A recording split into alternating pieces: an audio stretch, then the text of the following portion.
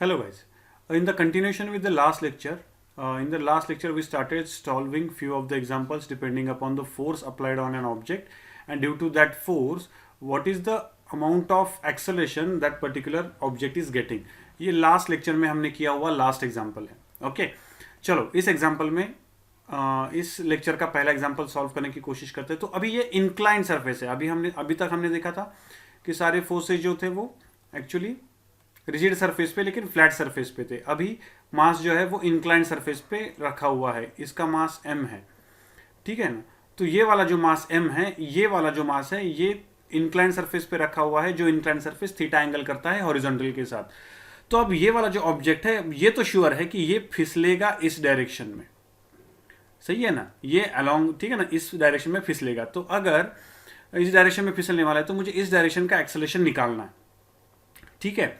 तो अब देखो, याद रखना, हमेशा के लिए याद रखना कि जब कभी भी हम रिजोल्यूशन ऑफ द फोर्सेस करना शुरू कर देते हैं तो हमेशा one force is always resolved. अब ये वाला जो ऑब्जेक्ट है, इस पे नीचे वाली डायरेक्शन में एक फोर्स लग रहा है mg, जो हमेशा लगता है.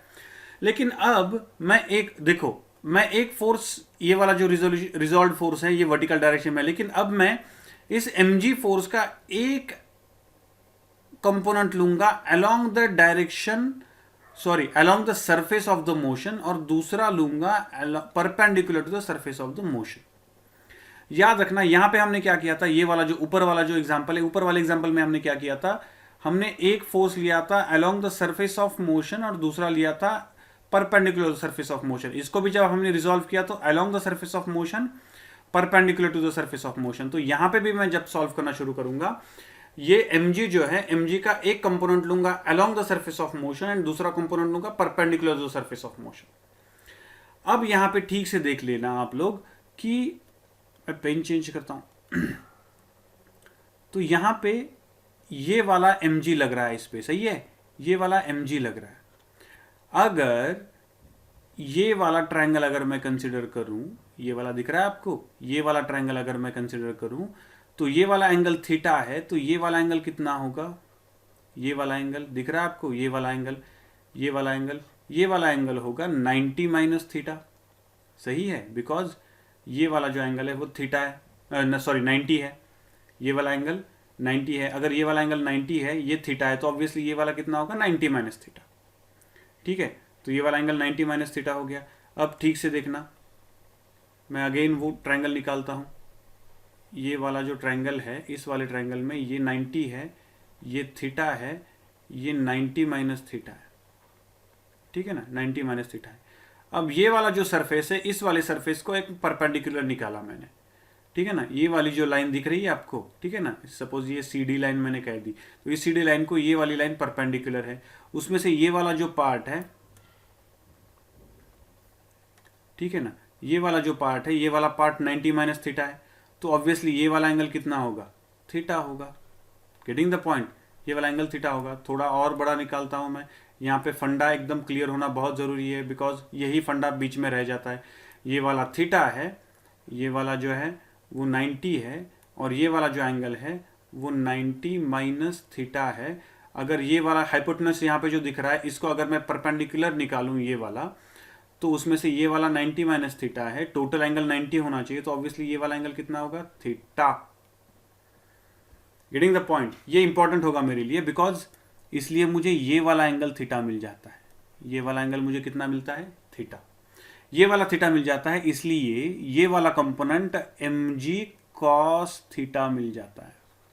और ये परपेंडिकुलर टू द सरफेस वाला कंपोनेंट mg sin थीटा मिल जाता है, ठीक है, mg sin थीटा. ये वाला कंपोनेंट कहाँ पे है, देखिए, ये वाला जो अगर सरफेस है तो ये वाला कंपोनेंट जो है वो mg cos थीटा कंपोनेंट है, ये वाला. एंड ये वाला जो कंपोनेंट है, ये वाला है आपका mg sin थीटा वाला कंपोनेंट. अब ये वाला जो ऑब्जेक्ट है, ये ऑब्जेक्ट जो है, ये ऑब्जेक्ट फिसलेगा due to this component which is along the surface, यानी mg sin थीटा की वजह से एक्चुअली वो ये जो मास है ये फिसलेगा, बिकॉज इसी डायरेक्शन में मुझे कौन सा कंपोनेंट लग रहा है, F is equal to mg sin theta, ये वाला जो है, ठीक है ना. अब ठीक से समझ लो, ये वाले क्वेश्चन में ये वाले क्वेश्चन में ऑब्जेक्ट रखा हुआ है इंक्लाइंड सरफेस पे, तो वो नीचे फिसलेगा ड्यू टू इट्स वेट, लेकिन पूरे वेट की वजह से नीचे फिसलेगा वो, ठीक है ना। यानी अगर ये ऑब्जेक्ट हवा में रखा होता तो ये वाला ऑब्जेक्ट mg की वजह से नीचे गिरता, ठीक है ना, वेट की वजह से नीचे गिरता। यानी mg क्या है, बेसिकली वेट क्या होता है, gravitational force acting on an body. लेकिन अब यहां पे क्या होगा, ये वाला नीचे नहीं गिर रहा है, ये वाला ऑब्जेक्ट बेसिकली नीचे फिसल रहा है अलोंग द सरफेस। तो अलोंग द सरफेस अगर फिसल रहा है तो उसका एक्सेलरेशन भी अलोंग द सरफेस ही होगा, उसका एक्सेलरेशन अलोंग द सरफेस होगा, and that acceleration will be due to this force which is along the surface. और अलोंग द सरफेस कौन सा फोर्स है, mg साइन थीटा। तो यहां पे F is equal to mg sine theta की वजह से बेसिकली क्या हो रहा है, उसका फिसलना हो रहा है। अगर F is equal to mg sine theta की वजह से वो फिसल रहा है तो F is equal to ma पता है मुझे, so ma is equal to mg sine theta. अगर ma is equal to mg sine theta है तो m कट गया, इसका मतलब ये वाला जो ऑब्जेक्ट होगा ये नीचे फिसलेगा with acceleration g sine theta. g sine theta acceleration की वजह से वो नीचे फिसलेगा, ठीक है ना। सो ये वाला पार्ट ठीक से समझ लो। फाइन, और एक एग्जांपल ट्राई करते हैं। सपोज एक रिजिड सरफेस आपको दिया हुआ है, ठीक से देखना, एक रिजिड सरफेस आपको दिया हुआ है, उस रिजिड सरफेस पे 3 ब्लॉक्स हैं। ये एक ब्लॉक है A, उसके बाजू में और एक ब्लॉक दिया हुआ है B, उसके बाजू में और एक ब्लॉक दिया हुआ है C। ये 3 ब्लॉक्स दिए हुए हैं, एक के बाजू में एक, 3 ब्लॉक्स दिए हुए हैं। अब ये वाली जो सिस्टम है, इसमें से A ब्लॉक जो है उसका मास है 2 kg, B ब्लॉक जो है उसका मास है 3 kg एंड C ब्लॉक जो है उसका मास है 5 kg, ठीक है। तो ये वाली जो डायरेक्शन है, इस वाली डायरेक्शन में मैंने इस सिस्टम को फोर्स लगाया 50 न्यूटन का, ठीक है ना। ये वाली जो डायरेक्शन है, इस पूरी की पूरी सिस्टम को ABC, इस सिस्टम को मैंने फोर्स लगाया 50 न्यूटन का, ठीक है। अब इस वाली पूरी सिस्टम को अगर मैंने 50 न्यूटन का फोर्स लगाया तो ये वाली जो सिस्टम है, इस सिस्टम में कितना एक्सेलरेशन तैयार होगा ये मुझे फाइंड आउट करना है। A is equal to question mark, ठीक है। तो ये वाला तो रिजिड सरफेस है, ये वाला तो रिजिड सरफेस है, ठीक है। तो इसको कैसे सॉल्व करेंगे, तो इसको सॉल्व करने का एक तरीका ऐसे है कि ABC इन तीनों का क्या निकाल लो, फ्री बॉडी डायग्राम निकाल लो। अब फ्री बॉडी डायग्राम निकालने के बाद A वाला जो है उस पर कौन कौन फोर्सेस काम कर रहा है, एक 50 न्यूटन काम कर रहा है, दूसरा नॉर्मल ड्यू टू B काम कर रहा है, तीसरा नॉर्मल ड्यू टू अर्थ काम कर रहा है। ये एक तरीका है इसको सॉल्व करने का। दूसरा एक तरीका ये होता है कि मैं डायरेक्टली वो दूसरा वाला तरीका बता देता हूं कि अगर एक पर्टिकुलर सिस्टम है जिस पूरी सिस्टम का acceleration along the surface is same, ठीक है ना, ये पूरी सिस्टम है, इस पूरी सिस्टम का इस सरफेस के along acceleration of A, acceleration of B, acceleration of C तीनों का सेम ही होगा। ऑब्वियसली तीनों एक साथ फिसलेंगे, एक साथ धक्का दिया जाएगा उनको। अगर ऐसे है तो ये वाली जो सिस्टम है, इस वाली सिस्टम को मैं एक सिंगल ब्लॉक से रिप्लेस कर सकता हूं। इसका मतलब मैं इसको रिप्लेस कर सकता हूं by a single block of 10 kg, single block of 10 kg kept on a rigid support applied by the force of 50 Newton, applied by the force of 50 Newton। ये मैं कर सकता हूं। ये कैसे कर सकता हूं मैं, why is it possible? Because ये इसलिए पॉसिबल है बिकॉज ये ABC तीनों ब्लॉक जो हैं वो पूरे के पूरे तीनों ब्लॉक्स का एक्सेलरेशन सेम होगा and that too along the same surface. इसलिए इसको मैं पूरी सिस्टम को एक सिंपल एक सिस्टम में कन्वर्ट कर सकता हूं। तो अगर ऐसे है 50 न्यूटन का फोर्स लगा रहा हूं, 10 kg का मास है, सो मुझे पता है कि F is equal to M into A, so A is equal to F by M which is equal to F कितना है 50 डिवाइडेड बाय M कितना है 10 which is equal to 5 metre पर सेकेंड स्क्वायर। ये एक्सेलरेशन आया इस system का, इस सिस्टम का एक्सेलरेशन आया, यानी इसमें से इस ब्लॉक का, इस ब्लॉक का, इस ब्लॉक का, तीनों का एक्सेलरेशन कितना होगा 5 मीटर पर second square. Getting the point, 5 metre पर second square. This can be done with this, ठीक है ना। This can be done by considering the whole as a single system. इसमें और एक क्वेश्चन पूछा जा सकता है, so what is the force. देखो अब ठीक से यहां पे देखो, B जो है B को एक्सेलरेशन 5 मीटर पर सेकंड स्क्वायर मिलेगा, लेकिन किसकी वजह से मिलेगा 50 न्यूटन की वजह से, अल्टीमेटली 50 न्यूटन की वजह से निकलेगा। लेकिन जब मैं B का फ्री बॉडी डायग्राम निकालूंगा तो मुझे बेसिकली ये बी जो है उस पे 50 न्यूटन की वजह से ए पे और ए की वजह से बी पे जो फोर्स लग रहा है उसकी वजह से इसमें एक्सेलरेशन आएगा। ठीक है, तो अगर मुझे क्वेश्चन पूछा जाता है what is the force applied by B on C, ठीक है ना, what is the force applied by B on C, वो फाइंड आउट करना है। तो मैं कैसे लिख सकता हूं force on C by B, N C B is equal to question mark, ये पूछा गया मुझे। तो इसको कैसे सॉल्व किया जा सकता है, तो इसको कैसे सॉल्व किया जा सकता है, तो मैं क्या करूंगा, सबसे पहले सी का फ्री बॉडी डायग्राम निकालूंगा। ठीक है, तो सी का फ्री बॉडी डायग्राम निकालते हैं। चलो, सो ये वाला जो है सी है, ठीक है, सी पे एक फोर्स लग रहा है, कौन सा वाला, नीचे वाली डायरेक्शन में mg, वो तो हमेशा लगता ही रहेगा। ऊपर वाली डायरेक्शन में नॉर्मल लगेगा। ठीक है, generally normal due to the rigid support is denoted as n only, उसको सफिक्स कुछ लगाया नहीं जाता। ठीक है ना, उसके बाद अगर सी को आप देखोगे तो सी पे और एक फोर्स काम कर रहा है which is in this direction and that force is basically NCB। ठीक है, उसके बाद सी पे और कोई फोर्स नहीं काम कर रहा है, ये तीन फोर्सेस सी पे काम कर रहे हैं। तो अगर सी पे तीन फोर्सेस काम कर रहे हैं तो यहाँ पे मैं लिख सकता हूँ बेसिकली हॉरिजॉन्टल डायरेक्शन में सी की मूवमेंट हो रही है विथ एक्सेलरेशन ऑफ 5 मीटर पर सेकंड स्क्वायर। तो यहाँ पे लिख सकता हूँ मैं F is equal to m into a. तो अब F यहाँ पे कौन होगा, NCB is equal to mass of C block कितना है 5 मल्टीप्लाइड बाय ए पता है, ए कितना है हमारे पास, अगेन 5। सो क्या कैसे लिखा जा सकता है, 5 multiplied by 5 is equal to 25 newton. इतना फोर्स लगाया ब्लॉक बी ने on the block C so that C started moving with acceleration 5 metre पर सेकंड स्क्वायर। चलेगा, और एक सिमिलर एग्जांपल करते हैं। क्या दिया हुआ है, अगेन एक रिजिड सपोर्ट दिया हुआ है, अगेन एक रिजिड सपोर्ट दिया हुआ है।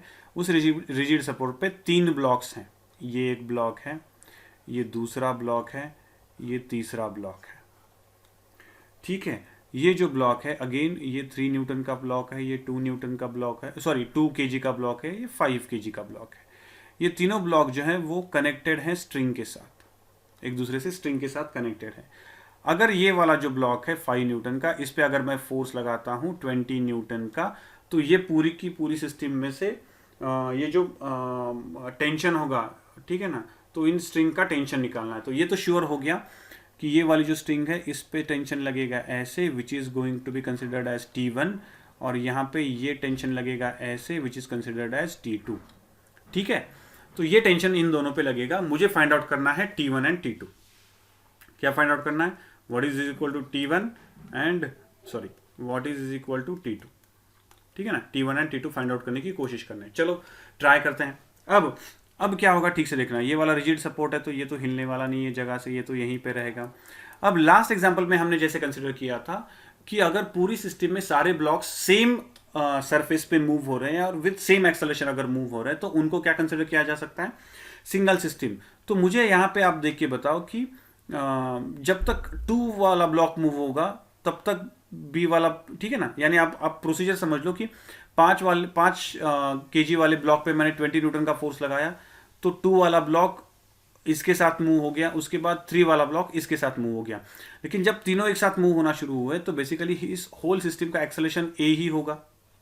यानी क्या मैं इस टोटल सिस्टम को एक सिस्टम कंसिडर कर सकता हूँ, यानी अगर मुझे लगा अगर मुझे कंसिडर करना है कि ये पूरी जो सिस्टम है, ये पूरी की पूरी system on the same surface with the same acceleration अगर मूव हो रही है, तो can I consider this whole system as a single system? Yes, मैं पूरी सिस्टम को सिंगल सिस्टम कंसिडर कर सकता हूँ। तो मैं इसको रिप्लेस कैसे करूँगा, I will replace this as एक रिजिड सपोर्ट, रिजिड सरफेस पे एक सिस्टम जिसका मास कितना है 10 kg और जिसपे फोर्स लग रहा है 20 न्यूटन। ठीक है ना, 20 न्यूटन का फोर्स लग रहा है। तो ये टोटल सिस्टम जो है उसका एक्सेलरेशन कितना निकलेगा, F is equal to m into a. So A is equal to F by m। So 20 divided by m, 10 is equal to 2 metre पर सेकेंड स्क्वायर। इतने एक्सेलरेशन से ये वाला ऑब्जेक्ट जो है, ये वाला ऑब्जेक्ट मूव होगा।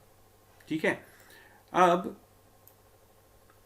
अब यहाँ पे ठीक से देखो, अब क्या होगा, मुझे टेंशन निकालना है तो मुझे फ्री बॉडी डायग्राम निकालनी पड़ेगी। तो सबसे पहले मैं 3 मास वाले ऑब्जेक्ट का फ्री बॉडी डायग्राम निकालूंगा। तो उस पर नीचे वाली डायरेक्शन में कितना फोर्स लग रहा है, mg, सो mg नीचे वाली डायरेक्शन में लग रहा है, ऊपर वाली डायरेक्शन में कौन सा लग रहा है, नॉर्मल लग रहा है, लेकिन ये वर्टिकली डायरेक्शन में कोई भी मूवमेंट नहीं कर रहे हैं तो उनको कंसिडर भी नहीं करेंगे हम लोग, ठीक है ना। वर्टिकल डायरेक्शन में बेसिकली वो कोई भी मूवमेंट नहीं कर रहे हैं तो उनको कंसिडर ही नहीं करेंगे, उनका मूवमेंट सिर्फ हॉरिजॉन्टल डायरेक्शन में हो रहा है, तो सिर्फ हॉरिजॉन्टल डायरेक्शन के बारे में बात करते हैं, ठीक है। तो यहाँ पे कौन सा फोर्स लग रहा है, यहाँ पे इस पे लग रहा है T2 फोर्स लग रहा है, ठीक है। तो यहाँ पे इस T2 फोर्स की वजह से ये 3 kg वाला जो ब्लॉक है, ठीक है ना, ये 3 kg वाला जो ब्लॉक है, इस 3 kg वाले ब्लॉक पे T2 फोर्स की वजह से एक्सेलरेशन तैयार हो रहा है 2 मीटर पर सेकंड स्क्वायर, बिकॉज पूरी सिस्टम अगर 2 मीटर पर सेकंड स्क्वायर से जा रही है तो 3 kg का ब्लॉक, 2 kg का ब्लॉक, 5 kg का ब्लॉक, तीनों के तीनों ब्लॉक सेम फोर्स से मूव हो रहे हैं। तो यहाँ पे मैं ऐसे लिख सकता हूँ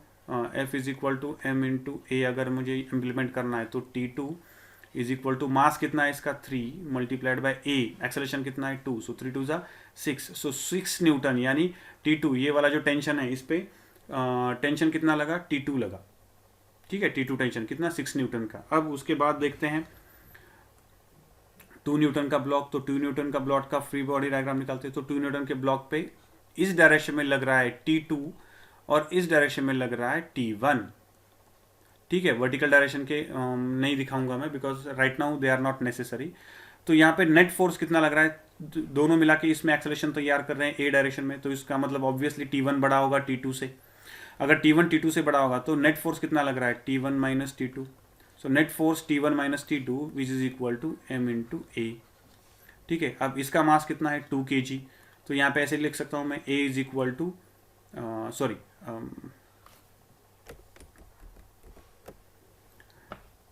सो T1 माइनस T2, सो T1 minus T2 is equal to mass कितना है उसका 2 मल्टीप्लाइड बाय एक्सेलरेशन कितना है 2 विच इज नथिंग बट 4, ठीक है ना। सो T2 की वैल्यू मुझे पता है, T2 की वैल्यू ऑलरेडी निकाल चुका हूँ मैं, T2 की वैल्यू कितनी है 6 न्यूटन, सो ये T2 जो है वो यहाँ पे माइनस से उधर जाके प्लस हो जाएगा, so T1 is equal to 10 newton, यानी टेंशन T1 कितना आएगा 10 न्यूटन, टेंशन T2 कितना आएगा 6 न्यूटन।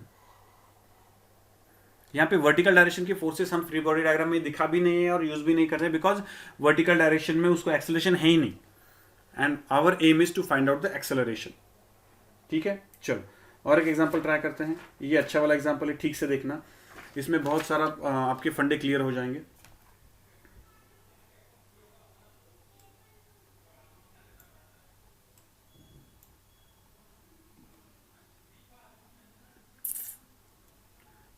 अगेन कंसिडर करो कि इंक्लाइंड सरफेस है,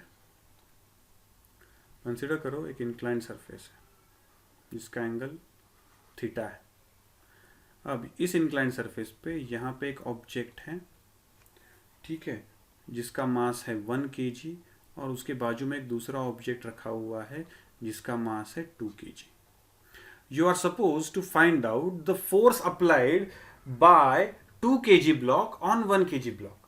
आपको क्या फाइंड आउट करना है, you are supposed to find out the the force applied by 2 kg block on 1 kg block. अब इंटरेस्टिंग पार्ट देखो, यहाँ पे अगेन यहाँ पे ये पूरी सिस्टम है, सही है, अगेन यहाँ पे पूरी सिस्टम है, तो इस पूरी सिस्टम को क्या मैं ऐसे कंसिडर कर सकता हूँ, इस पूरी सिस्टम को भाई एक इंक्लाइंड सरफेस पे एक 3 kg का ब्लॉक रखा हुआ है, क्या ऐसे कंसिडर किया जा सकता है, यस, बिकॉज ये इंक्लाइंड सरफेस पे ये दोनों सेम एक्सेलरेशन से नीचे आएंगे, दोनों क्या करेंगे सेम एक्सेलरेशन से नीचे आएंगे, सेम सरफेस पे सेम एक्सेलरेशन अगर बॉडीज का है तो मैं उसको एक टोटल सिस्टम कंसिडर कर सकता हूँ और उनका मास कंबाइन कर सकता हूँ, फाइन। तो अब यहाँ पे हुआ क्या, एक बार ठीक से देख लेना, यहाँ पे एकदम ठीक से देखना, मैं ये जो 3 kg का ब्लॉक है इसका मैं फ्री बॉडी डायग्राम अगर निकालता हूँ तो जैसे मैंने आपको एक्सप्लेन किया था, इसमें वर्टिकल डायरेक्शन में एक फोर्स लग रहा है mg जिसकी वजह से ये फिसलेगा, लेकिन उसका जो perpendicular component to the surface है ये कौन सा है, ये वाला अगर थीटा है तो ये क्या मिलेगा mg cos थीटा, इसकी वजह से ये नहीं फिसलेगा, ये फिसलेगा किसकी वजह से, इसकी वजह से mg sin थीटा, इसकी वजह से ये नीचे फिसलेगा। इसका मास कितना है, इसका मास दिया हुआ है, यानी हमने लिया हुआ है 3 बिकॉज ये पूरे सिस्टम का मास है। तो यहाँ पे अगर मैं F is equal to m into a कर देता हूँ तो यहाँ पे डायरेक्टली अब मैं डायरेक्टली लिख देता हूँ A इज इक्वल टू कितना मिलेगा मुझे g sin थीटा मिलेगा, ठीक है। यहाँ पे कितना मिला मुझे A is equal to g sin theta, fine. अब देखो नीचे मुझे फाइंड आउट ये करना है कि what is the force applied by 2 kg block on 1 kg block. What is the force applied by 2 kg block on 1 kg block. ये मुझे फाइंड आउट करना है. अब ठीक से देखना यहां पे हो क्या रहा है. यहां पे सबसे पहले मैं 2 kg ब्लॉक जो है ना, ये 2 kg ब्लॉक जो है, इस 2 kg ब्लॉक को मैं कंसिडर करता हूं. ये 2 kg ब्लॉक लिया मैंने. इस 2 kg ब्लॉक का नीचे कौन लग रहा है, mg. ठीक है, उसका इस डायरेक्शन में क्या लग रहा है, mg साइन थीटा. ठीक है, और इस डायरेक्शन में क्या लग रहा है उसका, mg कॉस थीटा. सही है. और ये दोनों चिपक के हैं, इसका मतलब इन दोनों का कांटेक्ट सरफेस है. ऊपर देखो, इसका इन दोनों का कांटेक्ट सरफेस है. ठीक से देखना. और जहाँ पे कांटेक्ट सरफेस, मैंने आपको बोला था कि जहाँ पे भी कांटेक्ट सरफेस आता है वहाँ पे फोर्स होता है. तो ऑब्वियसली वन ब्लॉक जो है वो 2 पे फोर्स अप्लाई करेगा. वो किस डायरेक्शन में होगा, इस डायरेक्शन में होगा. ये कौन सा होगा force, n normal force applied on two by 1. ठीक है ना, ऑन टू बाय 1. तो यहाँ पे ये वाला जो ब्लॉक है ये नीचे फिसल रहा है विथ एक्सेलरेशन a. तो यहाँ पे नेट फोर्स अप्लाइड कितना है, net force applied is mg sine theta minus n21. ये net force applied on the body of 2 kg which is nothing, which is creating the acceleration of a on mass m. ठीक है. अब ये acceleration मैंने निकाल चुका हूं मैं. एक्सेलेरेशन कितना है मेरा, g साइन थीटा है.